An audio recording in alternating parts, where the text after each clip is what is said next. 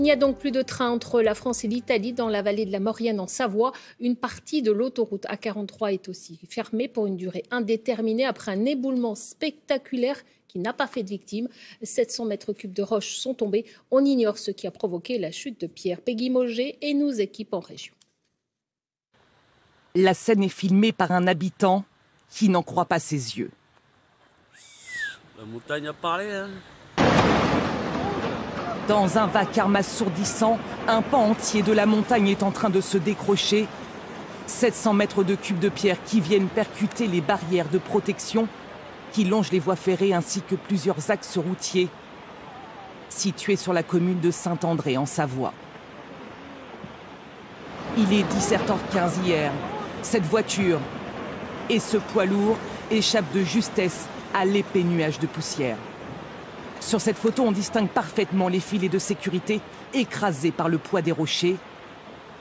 Un éboulement impressionnant que tout le monde redoutait ici, la montagne étant devenue très instable ces dernières semaines. Il y a des capteurs et on savait que les mouvements étaient importants.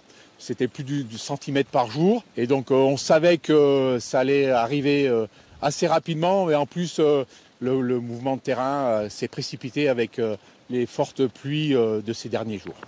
Très vite, les files de voitures s'allongent.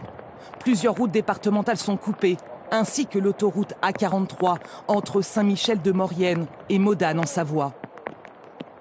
Tous les automobilistes sont contraints de faire demi-tour.